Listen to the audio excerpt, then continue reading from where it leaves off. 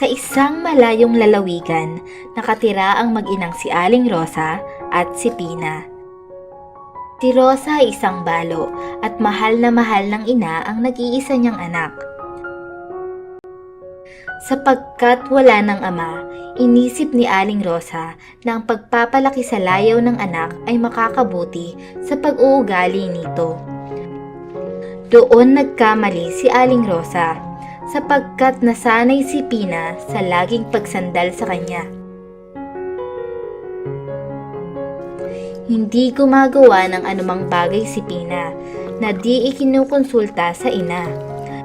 Lagi at laging si Aling Rosa ang gumagawa sa bahay.